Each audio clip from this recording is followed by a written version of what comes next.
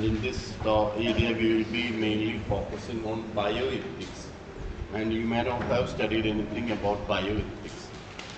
Actually, it is a part of research work, because when you go for a PhD work or any kind of research, from next year onwards after the degree, if you want, you can do 1 year research work. So that is a change that is proposed by government, and from coming year onwards, that change will be implemented. So 1 year research can be done as a part of the BSc, and after that research you can directly go for PhD. You don't need to go for an MSc. So bioethics is actually, we will come to the definition part first. It is a branch of applied ethics that studies the philosophical, social, and legal issues arising in medicine and life science or in any part of research. Because when we are using research, when we are working in research, we will be using a lot of animals. We will be using human volunteers to test medicine.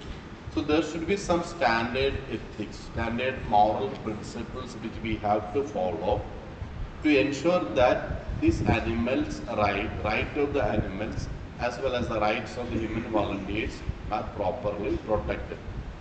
This is chiefly concerned with the human life and well-being, though it is sometimes also treats ethical questions relating to non-human biological environment. For example, even if you are using a rat or a monkey, you cannot give too much pain to that monkey or a rat or a rabbit in the name of doing scientific research.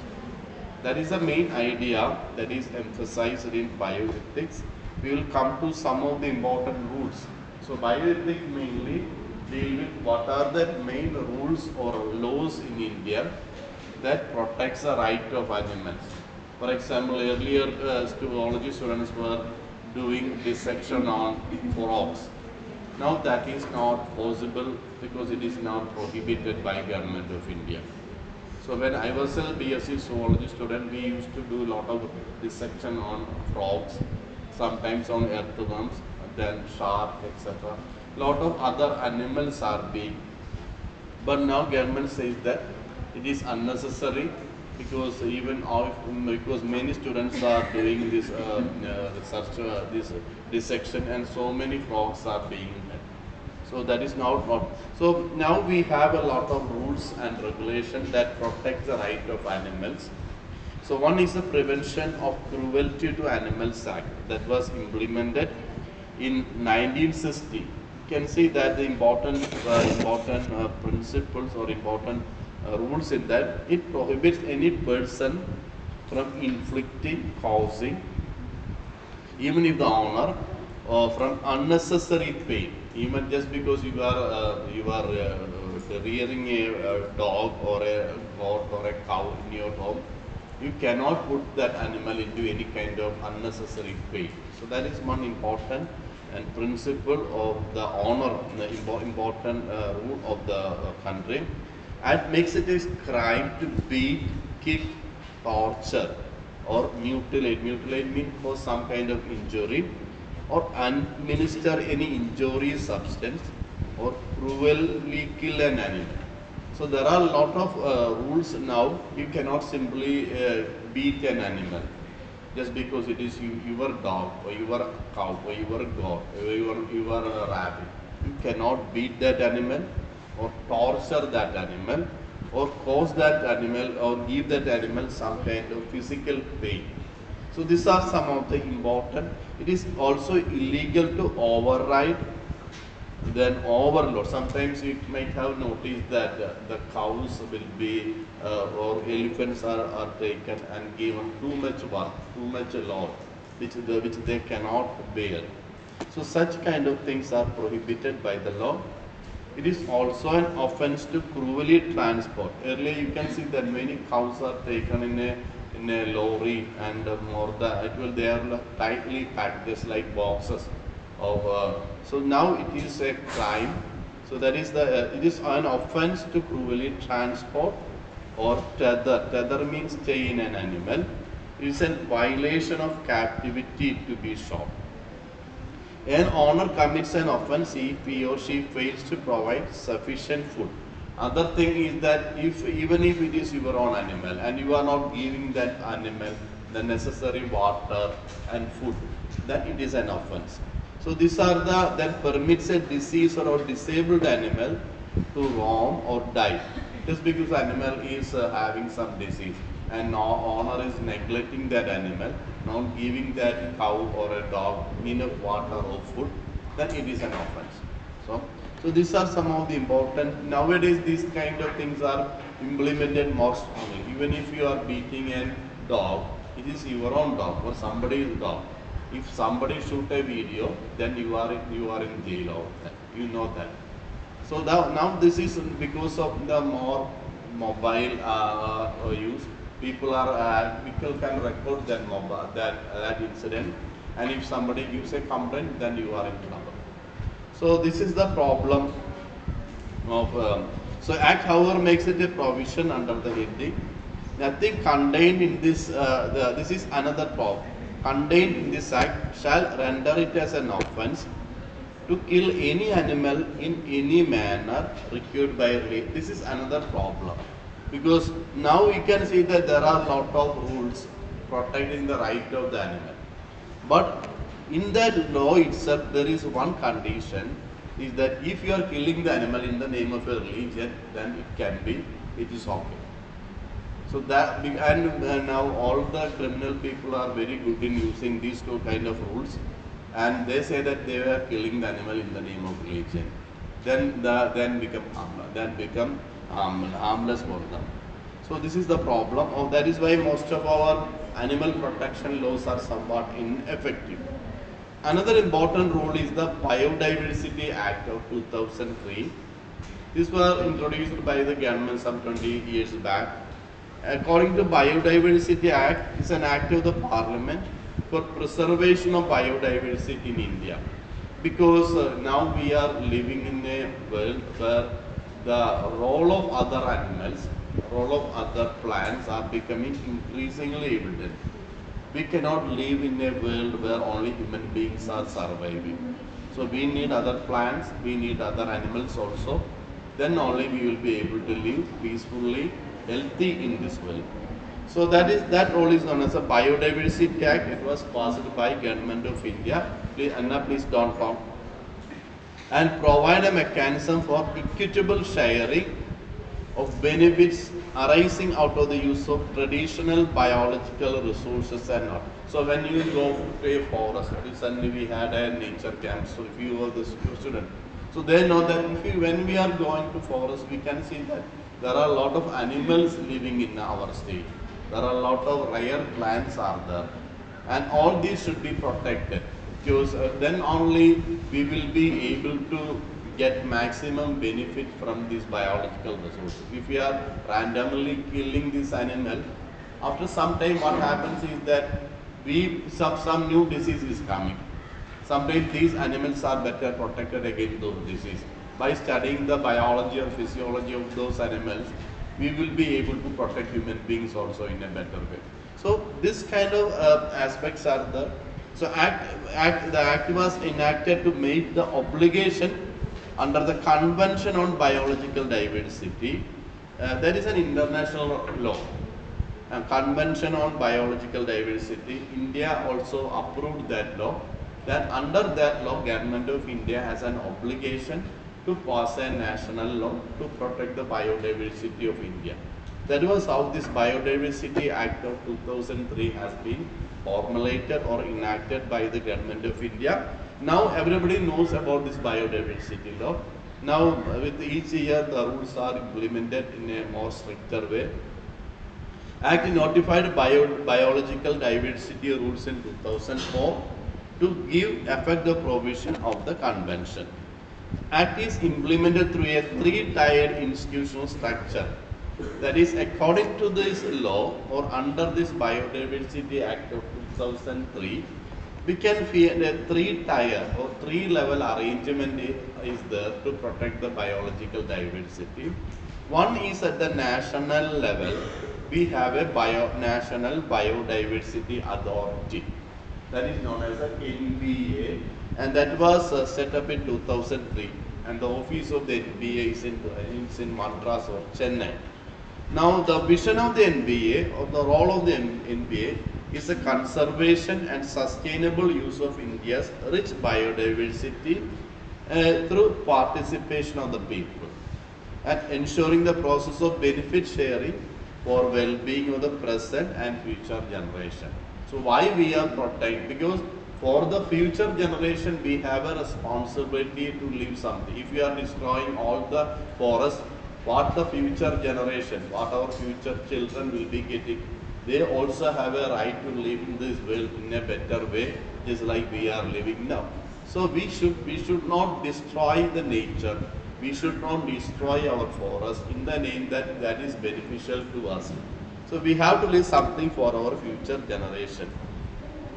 Now, National Biodiversity Authority deals with all the matters relating to requests for access by foreign individual, institution, or companies, or transfer of result of, for example, when a foreign scientist wants to do some research work in India, they have to take permission, and that permission is usually granted by National Biodiversity Authority.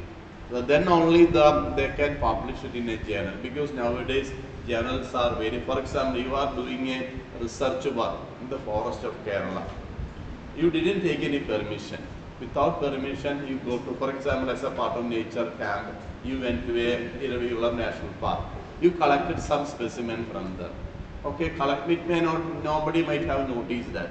And you are working on that specimen and you are publishing the result. Collected from Iravikulam National Park.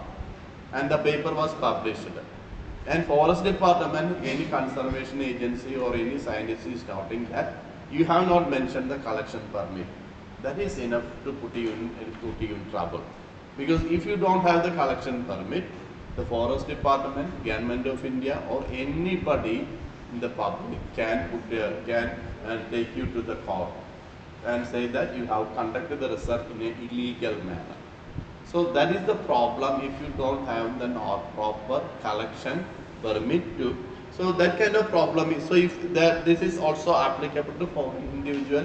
If you are earlier, people are simply taking the specimen from India without any kind of collection permit and they publish it. Now journals are also a little more strict. Without collection permit, you won't be able to do any kind of research work. So that is the National Biodiversity Authority, that they have two roles. One is to allow the participation of people in biodiversity protection and give a equitable or sharing of biological resources. Second role is that they are dealing with the request of foreign scientists to study about India's biodiversity. Now, second level is the State Biodiversity Boards, or SBB. One is National Biodiversity Authority, NBA. Second is SBB, or State Biodiversity Board. In Kerala also we have State Biodiversity Board at the Trivandrum.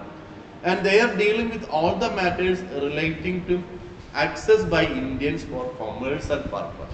For example, we want to use a special tree that is present in the forest of Kerala or in different areas of Kerala for any, for example, just like Chandana that is obtained from a tree. So if we are using that tree for a commercial purpose, then we have to take permission from State Biodiversity Authority. Nowadays, normally when we are doing research, we only take permission from Kerala Forest Department. We don't directly go to that, but still we have State Biodiversity Authority. But gradually we have to take permission from them also. Nowadays it is not strictly implemented. Then another is the institution of self-government. What are the self-government? Our local panchayat, our block panchayat, our district panchayat. These are the local self-government. There is a 3-tier arrangement. They are required to set a biodiversity management committee, BMC. So who will be setting? By a panchayat will be setting. or municipality will be setting or a corporation will be setting. So they will be having a biodiversity management committee for conservation and documentation of biodiversity. For example, Korabalangad Panchayat has a biodiversity management committee. Their role is that they will be documenting what are the different type of animals living in this area. What are the different types of butterflies surviving in this area, birds present in the area, fishes found in the area. That is their role.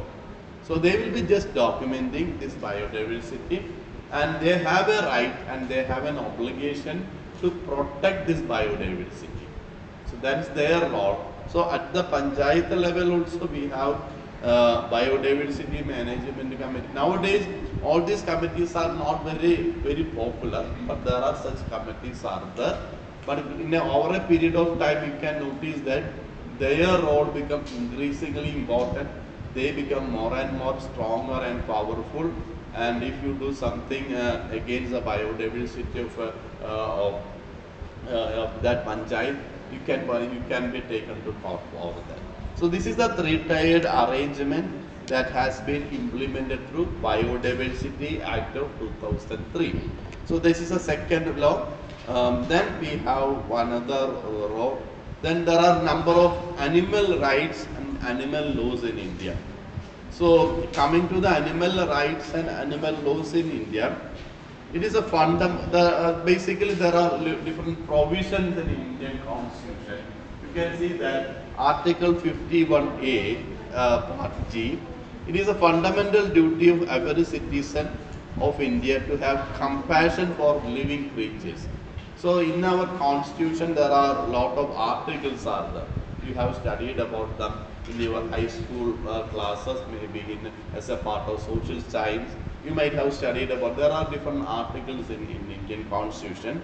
Article 51 and 1A Part G says that all human beings in India should have a compassion. Compassion means a kindness to all the animals living in India. Then another, it is to kill or maim. Maim means to cause injury to any animal, including stray animal. For example, when you are driving a motorcycle or a two-wheeler or a car and you hit on a dog, and if you are not, that is a very difficult situation. Normally people escape without stopping, but because of unluck, somebody shoot that video or somebody take you to the court, file a complaint in police station with the number of your vehicle, then you are in trouble. So it is, even that is also a crime nowadays. So to kill or maim an animal, including stray animal, is a punishable offence. You see IPC 428 and 429. These rules can be applied by the police and take you to the court, and sometimes you will be in jail. Abandoning any animal for any reason can land you in prison for 3 months. So this is another. So there are different rules are there. Even if it is a normal animal, unless you are very careful, especially sometimes these political people, if they do something like this, and if somebody notices that, immediately they will be landing in trouble. But for a normal person, rarely, most people don't bother. But when an important personalities are doing such things, actually when we went to the nature camp, they were telling that one priest, he was holding the Nilgiri tar with its horn. And the priest and there was a photograph of that, and the priest finally landed in jail. So that is a simple thing, but even that simple act of holding an animal by its horn can put you in jail. So there are a lot of rules is that no animal can be slaughtered in any place other than slaughterhouse. For example, you are killing a cow, it is your own cow, but if you are killing it in your land, then you are in danger, then you are in trouble. It has to be killed only in a slaughterhouse. So stray dogs that have been operated for birth control cannot be captured or relocated. That is another trouble. So nowadays you can see if the animal, if a stray dog, the stray dog means dogs which are nobody is owning. They are known as stray dogs. Just like in our college also we can see a lot of dogs are there. But if it is a, we cannot relocate. Relocate means take this animal from living in Korvalangad and transfer it to some other panchayat. That is relocation. That is not possible if it is being operated for a vasectomy or a birth control. Neglecting an animal by denying her sufficient food, water, keeping them in confinement, that means in a house, in a dog house or in a chain for long hours is punishable. So there are a lot of rules are there. If you read all the rules, we have to respect, or we may not be able to touch the animal. We may be afraid of. So there are a lot of rules are there. Monkeys are protected by Wildlife Protection Act and cannot be displayed, or even you want to keep a wild monkey in your house. That is an offense. There is no rule of giving you that right. So if you own an animal or rear an animal in your house, then you can be in trouble. So there are bears, monkeys, tiger, panther, lion, bulls are all prohibited from being trained and used for entertainment purpose either in circus or in street. So still nowadays I think this is being more implemented in a more stronger way. That is why we don't see these animals much in the circus also. The animal sacrifice is illegal in every part of the country. Sacrifice means beli kodukka, that is the meaning of the word sacrifice. So that is also prohibited. Organizing or participating in animal fight.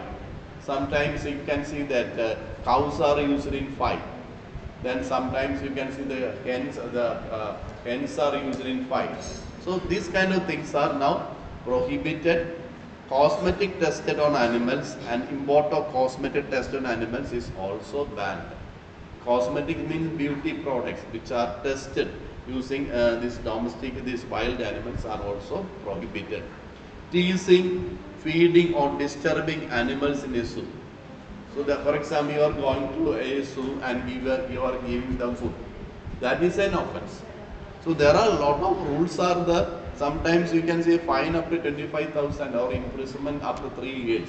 That is possible. So when you do things like that, you have to be very careful. If somebody is taking the photo of you, then you are in trouble. Capturing, trapping or poisoning is punishable for law up to 25,000 or 3 years or 7 years. Then disturbing or destroying eggs or nest of a bird can lead to imprisonment. For example, you are taking the eggs of a bird, and if some conservation biologist is taking the video, then see you will get 7 years. Who will think about that? Simply taking the egg of an animal or egg of a bird from a nest will take you to 7 years. So that is a law. Conveying or carrying animals which cause discomfort, pain, is suffering is a punishable offense. You might have noticed that some Hindi film actor, and what he did black buck, Salman Khan, I think, and he went to this some sanctuary in Rajasthan, and for a long year, for several years, he was in trouble over that. So that is a law of the country. So you have to be. If we are a normal, ordinary person, nobody will bother. But if you are becoming a significant, important personality, like a celebrity or a film star or a political, then surely everything you are doing, every word you are saying can land you in trouble. So this is an idea regarding different rules of the Indian present in Indian Constitution that protects the rights of the animals.